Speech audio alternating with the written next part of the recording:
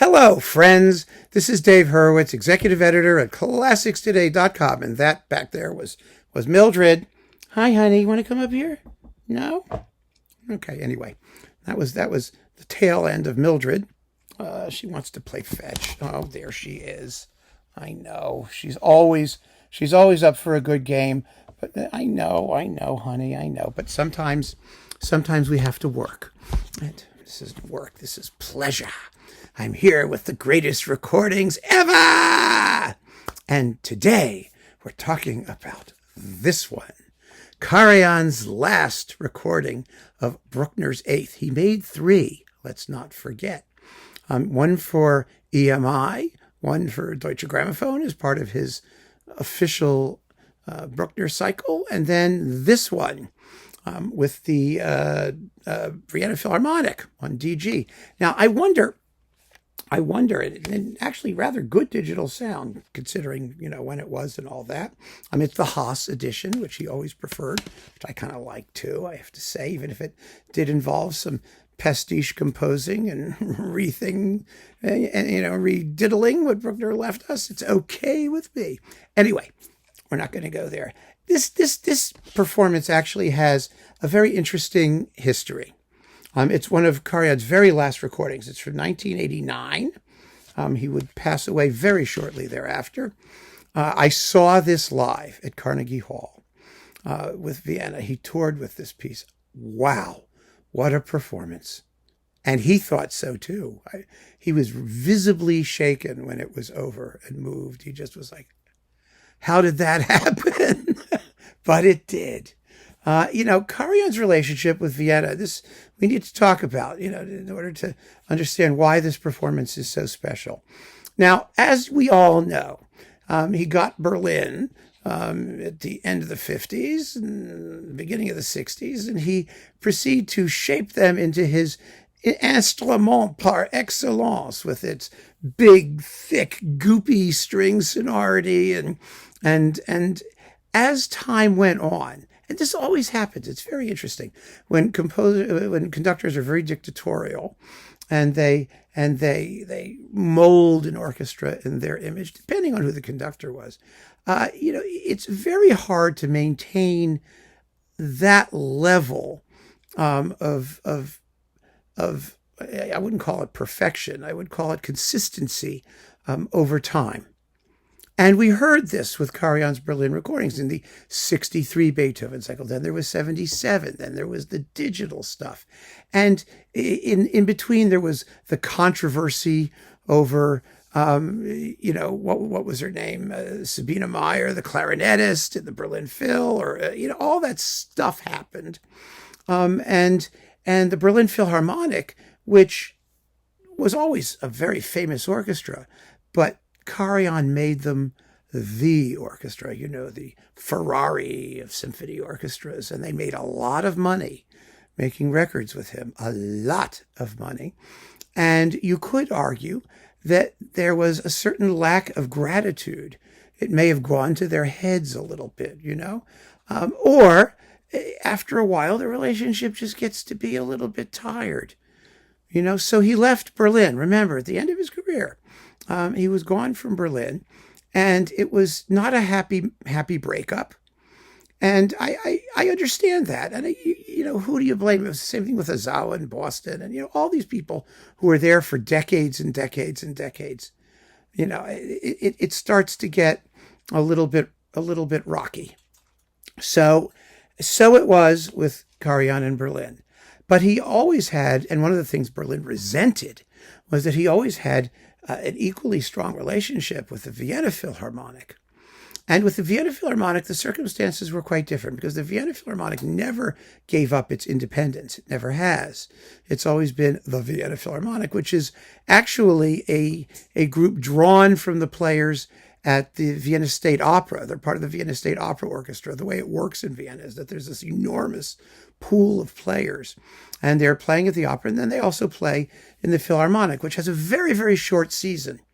It always did. It was always just, a handful of concerts during the summer season, and otherwise they were the opera orchestra. And so Karajan's relationship with Vienna was one of theatrical stuff, doing opera stuff in Vienna, and also the Philharmonic, where he made recordings and gave occasional concerts. And of course, he ran the Salzburg Festival, which was a big deal. So that was a source of resentment. But the interesting thing about his recordings with the Vienna Philharmonic were always rather different. Some might say better than some of his recordings in Berlin, because the Vienna Philharmonic never knuckled under to his exclusive control. And that didn't involve just repertoire, but sonority, timbre.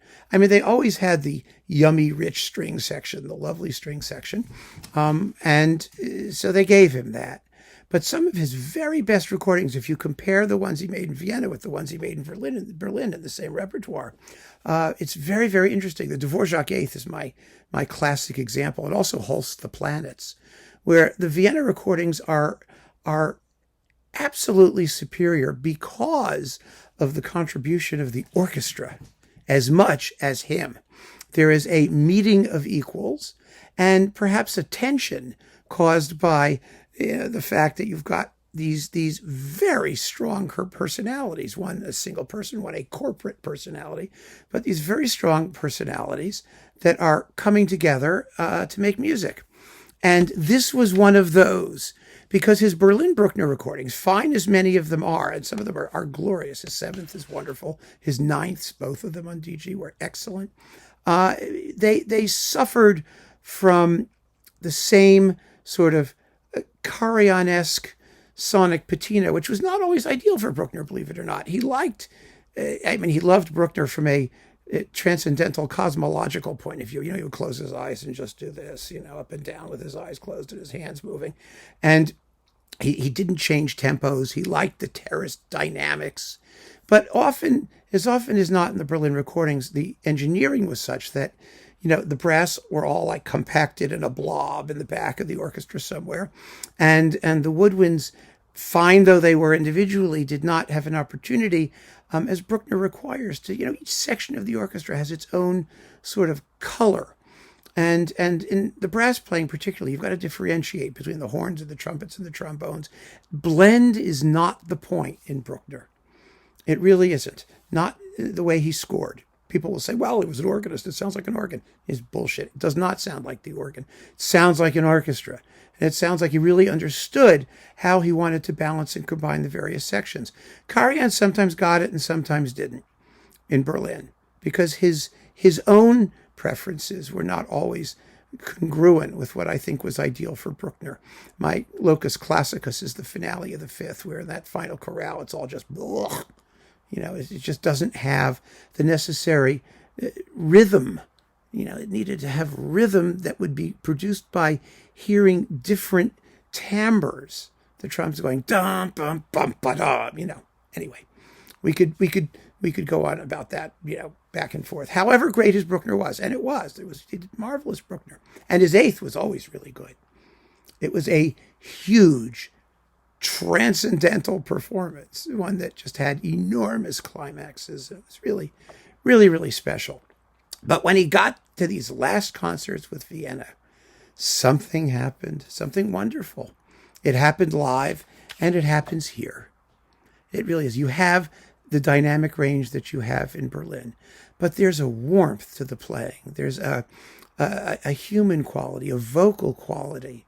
You've got tangier brass timbres. You've got, everything about it just seems more alive, less impersonal, less glacial perfection than some sort of, final testament about the music. And I hate adding, a biographical patina to these things, because you don't hear testament. You don't hear that. What you hear is a really warm, vital, humane Bruckner eighth, played by an orchestra that knows the music as well as the guy who's conducting it. And they're coming together to lose themselves in the spirit of the work. And that's exactly what happens. And it's stunning. So there you have it, my friends. One of the greatest recordings ever. Keep on listening and take care.